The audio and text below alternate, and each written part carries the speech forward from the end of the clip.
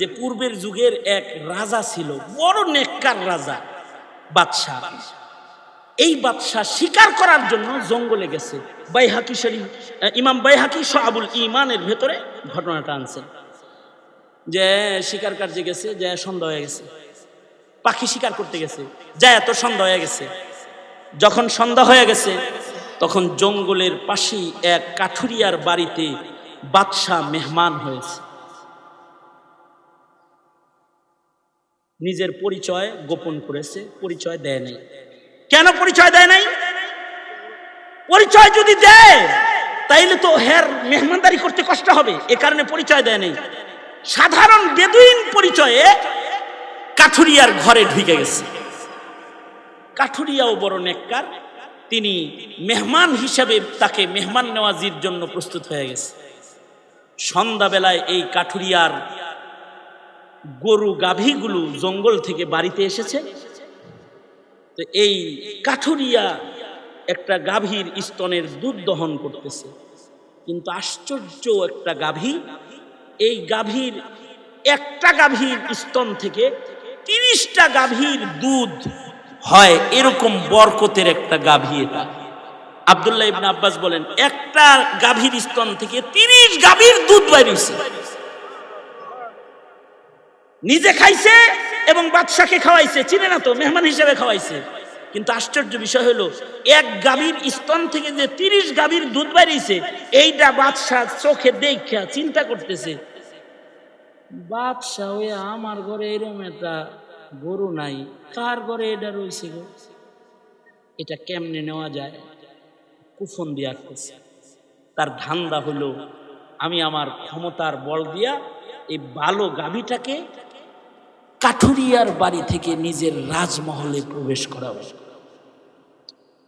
মানে তার ক্ষমতা আর লোভের কারণে সে জুলুম করার জন্য নিয়ত করছে।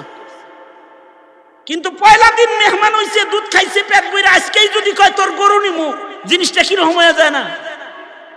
এখন চিন্তা করছে যে জায়গা আর একদিন আমনি আয়া বাহানায় নিজের পরিচয় দিয়ে একভাবে লয়ে যেমন গেছে।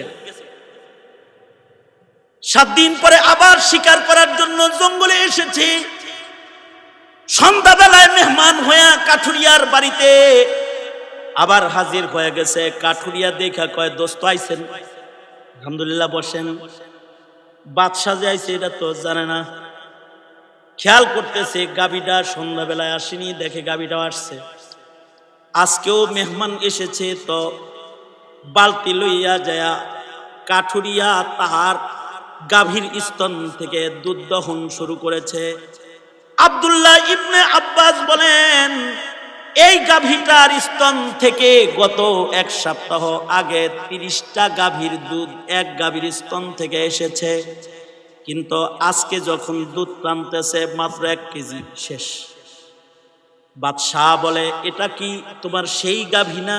রঙে তো মনে হয় যেটার স্তন থেকে 30 গাভীর দুধ বেরিয়েছিল, বর্তন সব পড়ছিল, এটা না? এটা কয় জি বাদশাহ, এটা তো সেই গাভীটাই, কিন্তু ধীরে ধীরে এটার দুধ 7 দিনে কমে গেছে, এখন মাত্র 1 কেজিও হইবার চায় না। বাদশাহ বলে বন্ধু এটার কারণ কি বলতো? কাঠুরিয়া বলে আমার মন বলে আমাদের বাদশাহ মনে হয় কোনো জুলুম শুরু করেছে। লোকটা চিন্তা করতেছে আমি তো বাদশাহ, এখন আমি যদি কই যে আমি বাদশাহ, আমি নিজে আস্তে এটা জালেম হয়ে যাই।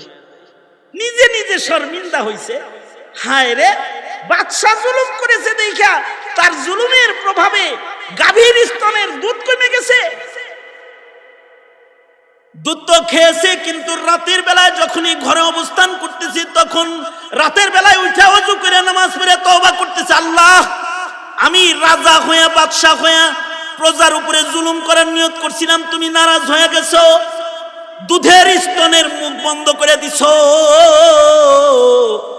30 গাভীর বরকত বন্ধ করে 1 কেজিতে নামায় নিয়ে এসেছো, তুমি নারাজ হয়েছো। ওগো আল্লাহ আমি তওবা করতেছি, এমন জুলুম তো দূরের কথা, যতদিন তুমি আমাকে বাদশার মসনদে বসায় রাখবে আমি 1 জাররা জুলুম কখনো কারোর উপরে আর করব না বলে ওয়াদা করলাম। তওবা করে সকাল বেলায় বাদশার রাজ দরবারে চলে গেছে। আবার 7-8 দিন পরে চিন্তা করতেছে, তওবা করলাম, ইনসাফ করার নিয়ত করলাম, যাই আজকে যা দেখি গা গরুর দুধ কি বাড়ছে নাকি তেমনি কমছে। আবার বাহানা করে শিকার কার্যে চলে এসেছে, থার্ড টাইম, তৃতীয়বার। সন্ধ্যাবেলায় বাহানা করে কাঠুরিয়ার বাড়ির মেহমান হয়ে গেছে। হযরত আব্দুল্লাহ ইবনে আব্বাস বলে, সন্ধ্যাবেলায় বাদশা অপেক্ষা করতেছে, দেখি গাভীটা আজকে আসেনি। দেখে গরুর পাল সন্ধ্যাবেলায় বাড়ি আসছে, আর ওই গাভীটাও আসছে। সন্ধ্যাবেলায় স্তন দহন করার জন্য কাঠুরিয়া বালতি নিয়ে সামনে চলে গেছে। আজকে দুধে বরকত আর বরকত আর বরকত। আবার 30 গাভীর দুধের পরিমাণ দুধ এক গাভীর স্তন থেকে বের হয়ে গেছে। বাদশাহ লোকটাকে কয়, এটা কি সেই গাভী নাকি যেটা সেদিন 1 কেজি হয় নাই? কয় হঠাৎ করে আবার এর ভেতরে বরকত বাড়ছে।